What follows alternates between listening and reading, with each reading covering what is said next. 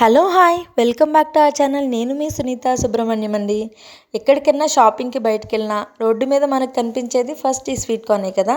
అదే మాల్కి వెళ్ళి మూవీకి వెళ్ళినా మనకు కనిపించేది ఫస్ట్ స్వీట్ కార్నే కదా. రోడ్డు మీద అయితే ఇది కప్ 40 రూపీస్ 50 రూపీస్ అని అమ్ముతారు. మాల్లో అయితే చెప్పాల్సిన అవసరమే లేదు, వాళ్ళకి నచ్చిన రేట్ పెట్టుకుంటున్నారు. అదే ఇంట్లో ఉన్నప్పుడు ఈ స్వీట్ కార్న్ బయట టేస్ట్ లాగా తినాలి అనిపిస్తే బయటకు పరిగెత్తలేం కదా. అందుకే మనం ఒక్కసారి ఇంట్లో ఇలాగే ట్రై చేసుకోండి, మీకైతే టేస్ట్ డెఫినెట్గా నచ్చుతుంది.